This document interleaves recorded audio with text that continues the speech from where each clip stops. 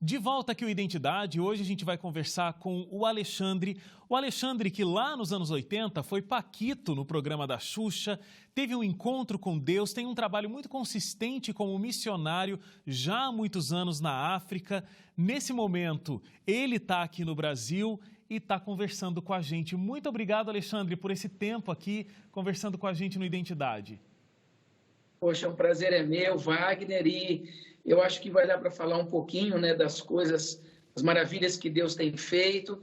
Podemos falar sobre os projetos no campo de missões transculturais e estendendo aqui para o Brasil também, né? Ou seja, aonde nós estivemos, somos cartas enviadas, né, do Senhor para proclamar as boas novas do Evangelho. Amém.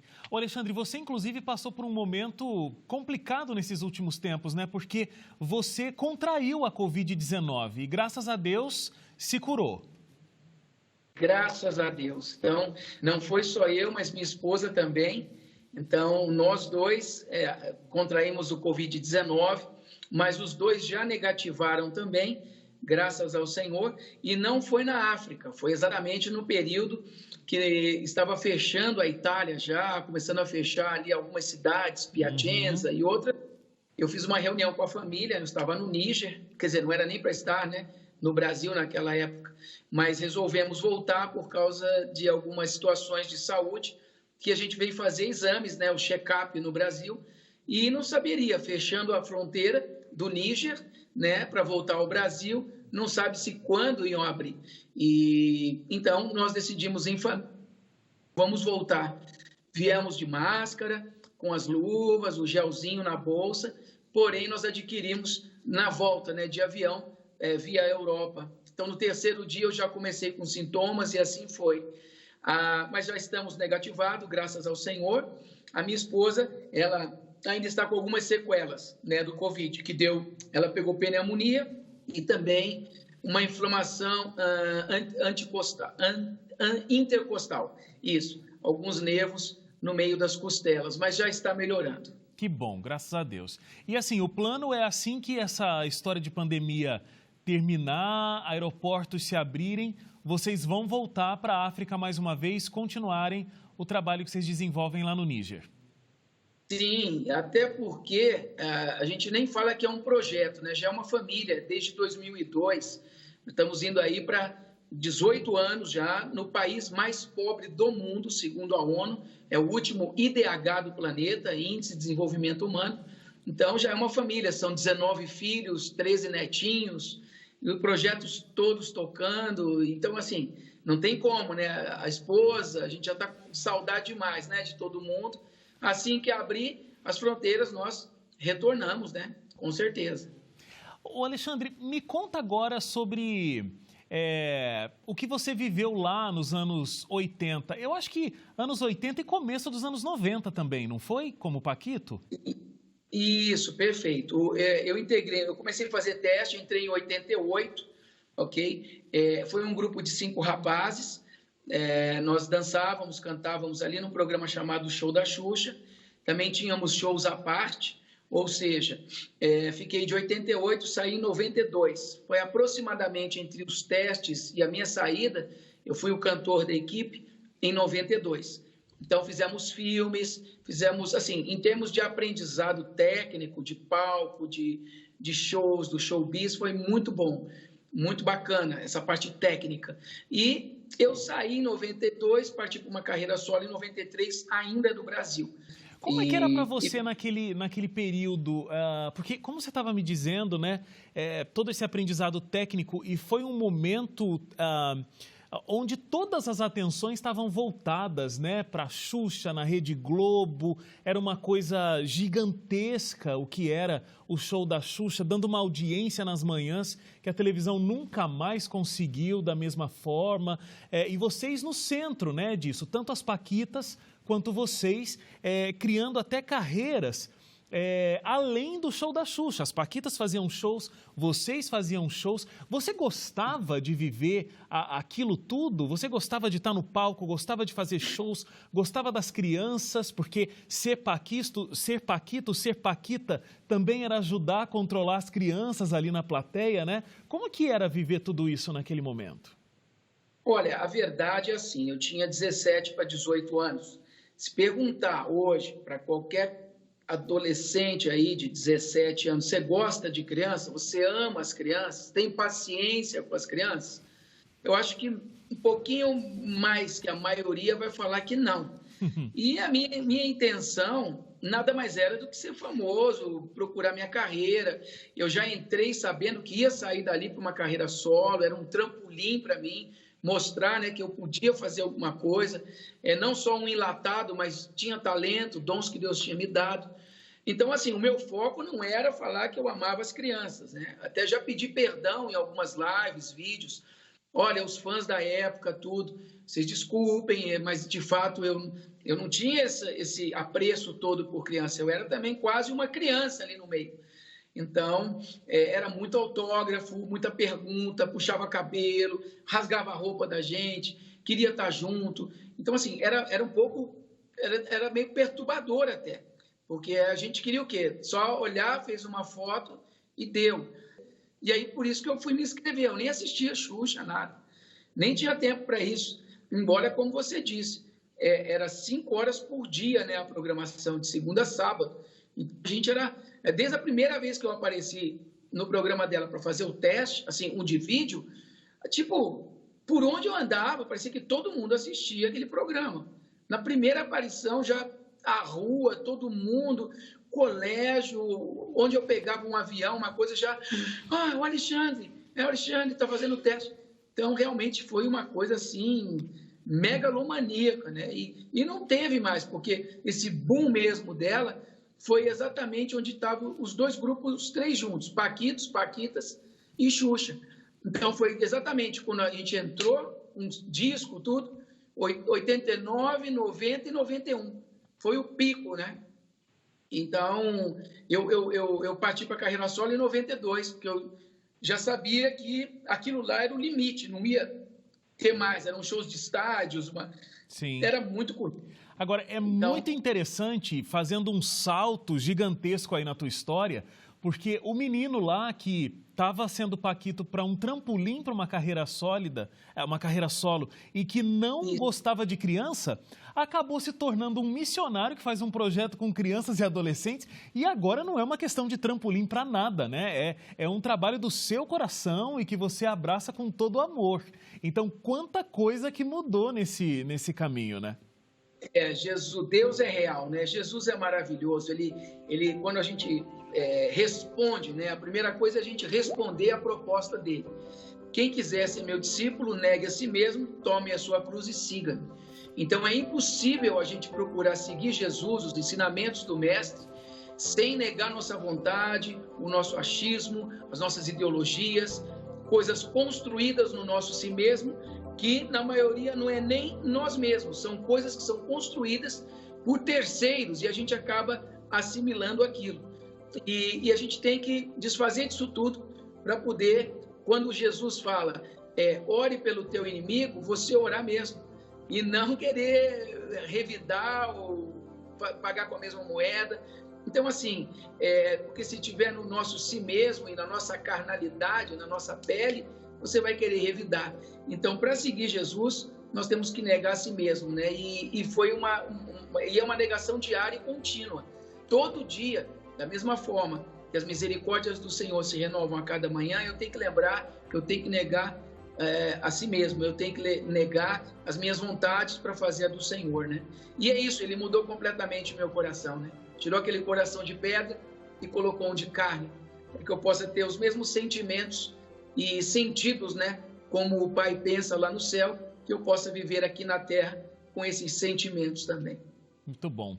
Alexandre, vou fazer uma pausa para o intervalo rapidinha. Na volta quero entender como é que você foi começar esse trabalho lá no Níger, na África, e como ele se desenvolveu, tudo o que acontece lá. Alexandre, estamos de volta aqui. Obrigado mais uma vez pela sua conversa aqui junto com a gente. Eu quero saber sobre Níger. Acho muito bonito o trabalho de missionários, essa dedicação de vida, né, para o próximo. O que te levou para lá e qual é o encantamento que você tem com o trabalho lá na África? Bom, mesmo no Brasil, eu tive o impacto de Jesus em fevereiro de 95 na minha vida. E eu estava, então, me preparando e já fazendo trabalhos sociais. Eu gostava muito de trabalhar com mendigos, evangelismo assim com os mais pobres, né? Garotos que estavam assim perdidos na praça, drogados. Então, eu já tinha isso no coração. Uma vez também, eu fiz capelania e eu fui algumas vezes lá no presídio do Carandiru, em São Paulo, ainda quando existia, e servi quase um ano no Hospital Municipal do Tatuapé. E nisso, então, eu queria servir, eu orei a Deus e falei, Pai, se o Senhor puder e tiver para mim, me envia no país mais pobre do mundo para poder servir as crianças, jovens e adolescentes lá. E aí eu ouvi falar de Níger, porque muitos nem conhecem, pensam que é Nigéria, inclusive. Então, eu falei, Nigéria, onde eu fui ministrar num local, e lá eles falaram, não, Níger, na época, era o segundo país mais pobre do mundo. O primeiro era a Serra Leoa, também na África. Níger foi colonizado por franceses, então nós falamos o francês, e existem mais de 20 dialetos por lá.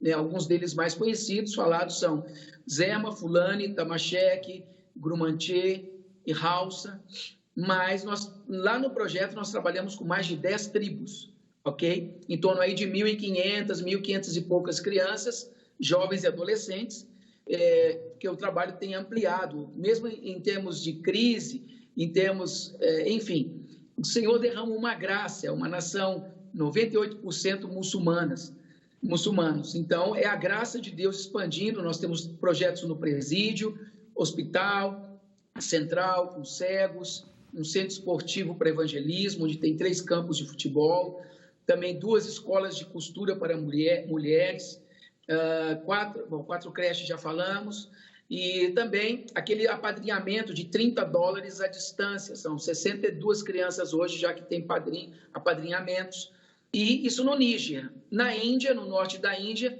faz uns 10 anos que nós temos uma parceria lá, que também é uma creche, uma escola de costura para mulheres e cultos no final de semana para os pais.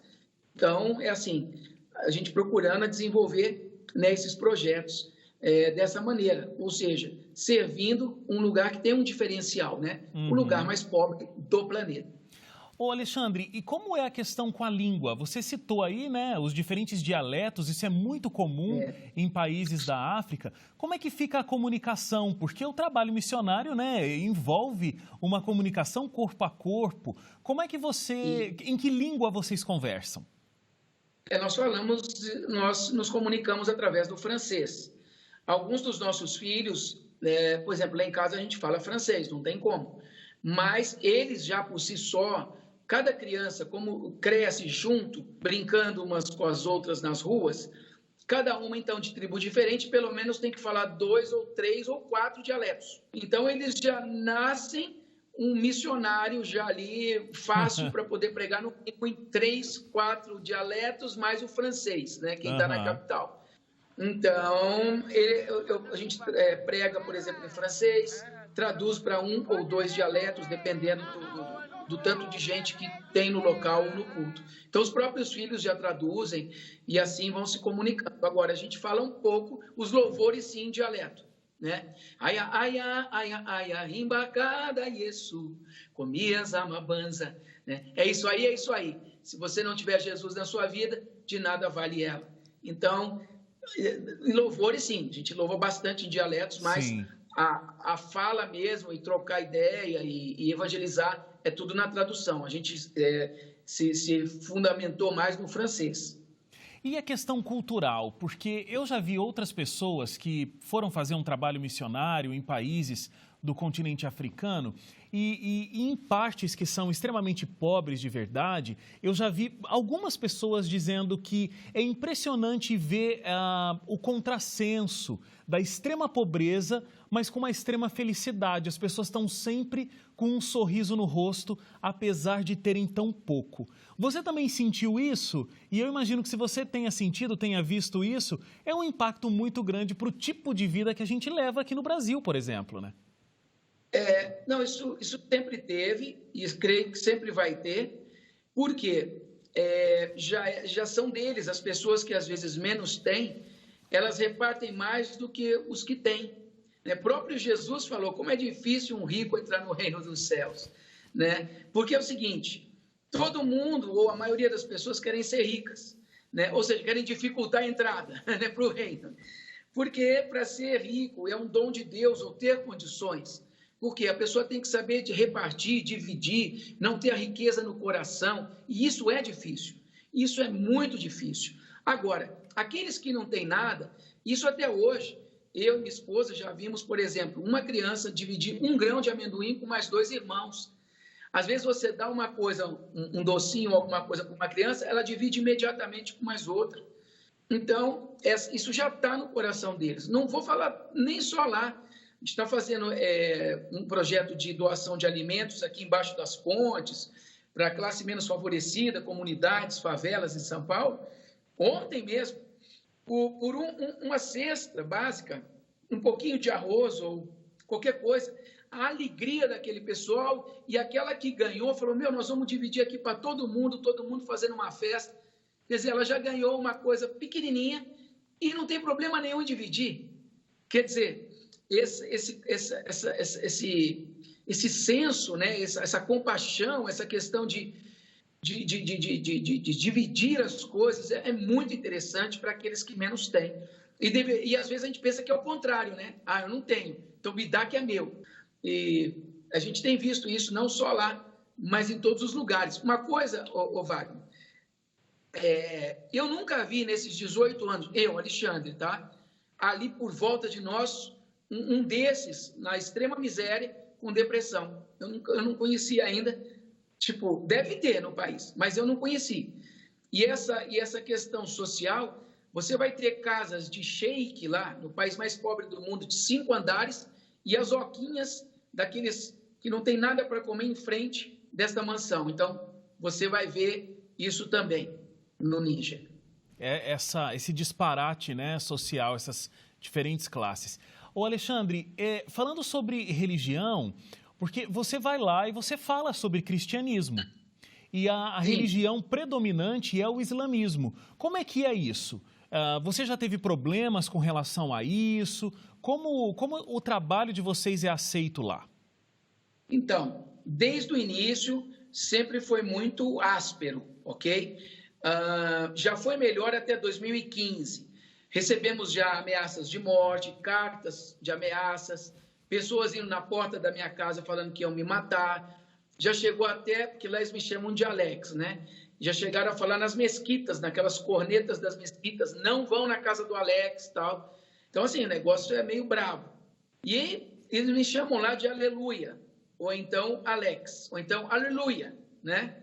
Aí, eles já viram que, por mais de ameaça, tudo, a gente não sai. Então, fazia evangelismo de tudo quanto é maneira. Mas 2015 teve o maior ataque lá, terrorista, né?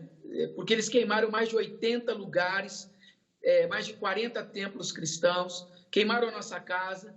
Então, a gente ficou até escondido por volta de 28 dias no Níger mesmo, depois voltamos. Tivemos que fazer campanha para reconstruir a nossa base, a casa. Então, não foi fácil, mas estamos lá. Não tivemos, eu e minha esposa, nenhuma direção para deixar o campo, né? E até aqui o Senhor tem nos guardado. E a gente está aí, perseverando, dia após dia, né? Aguardando o Senhor, né? E no Senhor. E a gente entende assim, que eu possa, mesmo se eu partir hoje, né? O Senhor me recolhe. Eu tenho que combater um bom combate, né? Até agora, levando a palavra, procurando ser bênção, procurando falar do amor de Jesus, para falar que nem Paulo, combati um bom combate.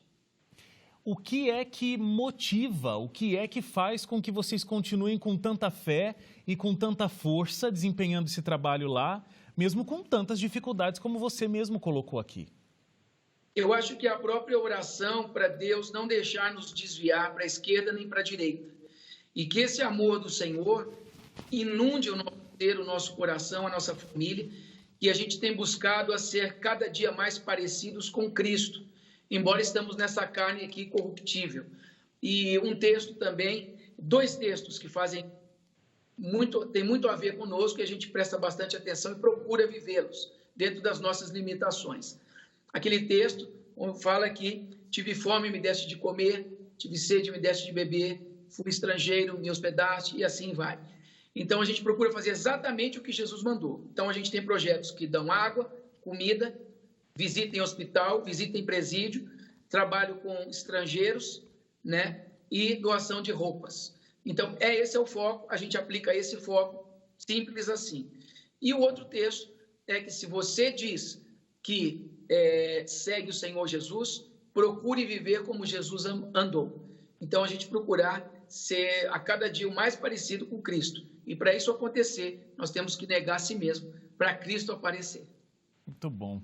Olha, Alexandre, quem ficou curioso para conhecer um pouco mais do seu trabalho, de repente ver algumas coisas lá no Níger, qual que é teu Instagram? Você tem um Instagram que as pessoas podem acompanhar um pouco do seu trabalho, não tem? Tem. Então é o seguinte, tem o Instagram que é o AGD Níger, agdniger.xandgi. E tem também o site agdniger.com. Lá você legal. vai ter até como ajudar, enfim. Está aparecendo aqui no vídeo também, que pode facilitar, dá tempo de anotar, dá tempo de tirar uma foto aí para ver depois. Então, obrigado.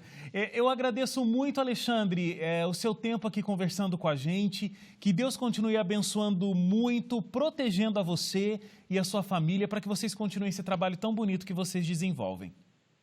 Queria agradecer, então, Wagner, toda a equipe, que foi muito querida conosco, deixar um abração para toda a TV e que continuem aí, levando a palavra do Senhor, levando informações, incentivo para que pessoas possam estar melhorando, não só a vida espiritual, mas também o nosso corpo, também a nossa mente, né? E que Deus abençoe, até uma próxima, se Deus preparar.